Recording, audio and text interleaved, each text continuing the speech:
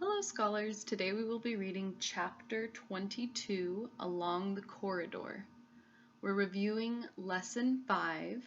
The teaching point is, when you know a character well, you predict what they will do next. Please write this down in your notebook and grab your core novel to follow along as we read. Before we begin, scholars, remember that we are focusing on making predictions. Where you see the gold star, please write this down in your notebook. A prediction is a strategy in which readers use information from a text and their own personal experiences to anticipate what they are about to read. So as we read through chapter 22, in your head, you are making predictions as to what will happen next based on Charlie or Mr. Wonka's behavior. You know a bit about them. So how do you think that will influence their actions?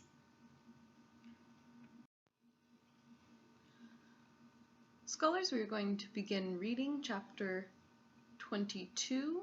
Keep in mind our teaching point. When you know a character well, you predict what they will do next and make predictions as we read along. Page 102, Along the Corridor. Well, well, well, sighed Mr. Willy Wonka. 2 naughty little children gone, 3 good little children left. I think we'd better get out of this room quickly before we lose anyone else. But Mr. Wonka, said Charlie Bucket anxiously, will Violet Beauregard ever be all right again? Or will she always be a blueberry? They'll dejuice her in no time flat, declared Mr. Wonka. They'll roll her into the dejuicing machine, and she'll come out just as thin as a whistle. But will she still be blue all over? Asked Charlie. She'll be purple, cried Mr. Wonka. A fine, rich purple from head to toe. But there you are.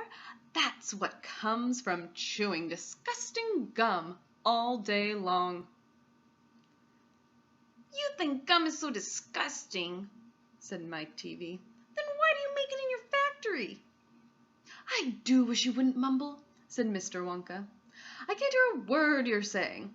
Come on, off we go. Hurry up, follow me. We're going into the corridors again. And so saying, Mr. Wonka scuttled across the far end of the inventing room and went out through a small secret door hidden behind lots of pipes and stoves. The 3 remaining children, Veruca Salt, Mike TV, and Charlie Bucket, together with the 5 remaining grown-ups, followed after him. Charlie Bucket saw that they were now back in one of those long pink corridors with many other pink corridors leading out of it. Mr. Wonka was rushing along in front, turning left and right and left, and Grandpa Joe was saying, Keep a good hold of my hand, Charlie. It would be terrible to get lost in here. Mr. Wonka was saying, No time for any more messing around. We'll never get anywhere at the rate we've been going. And on he rushed down the endless pink corridors with his black top hat perched on top of his head and his plum-colored velvet coattails flying out behind him like a flag in the wind. They pressed another door, then another, and another. There were doors every 20 paces or so along the corridor now, and they all had something written on them, and strange clanking noises were coming from behind several of them, and delicious smells came wafting through the keyholes, and sometimes little jets of colored steam shot out from the cracks underneath. Grandpa Joe and Charlie were half running and half walking to keep up with Mr. Wonka, but they were able to read what it said on quite a few of the doors as they hurried by.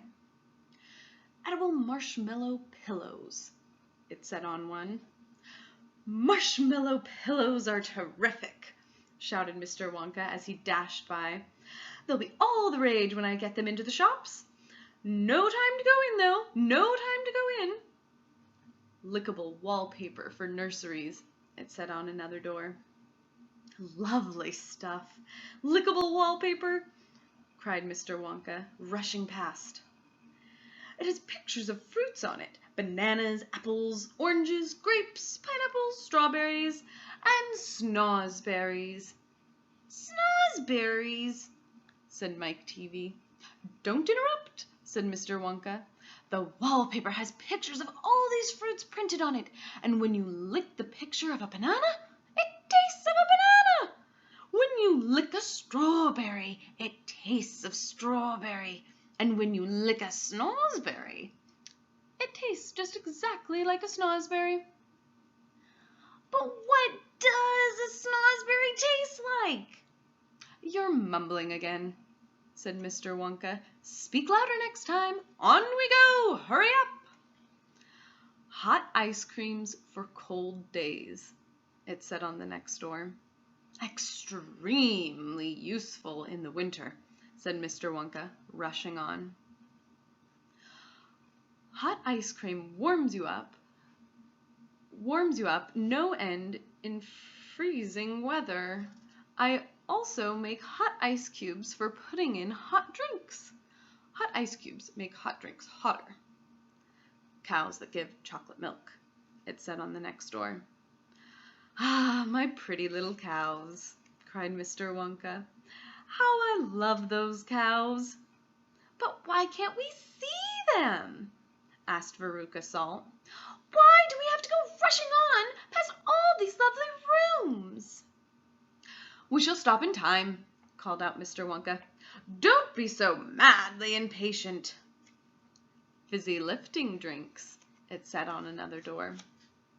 "Oh, those are fabulous," cried Mr. Wonka.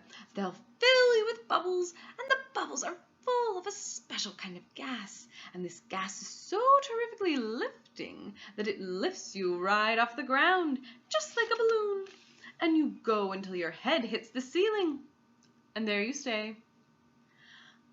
"But how do you come down again?" asked little Charlie. "You do a burp, of course," said Mr. Wonka.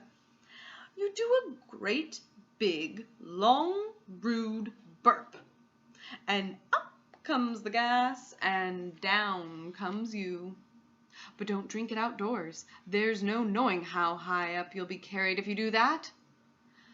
I gave it to an old Oompa Loompa once out in the backyard, and he went up and up and up and disappeared out of sight. It was very sad. I never saw him again." "He should have burped," Charlie said. "Of course he should have burped," said Mr. Wonka. "I stood there shouting, 'Burp, you silly Oompa Loompa! Burp, or you'll never come down again!' But he couldn't. Or he wouldn't. I don't know which. Maybe he was too polite.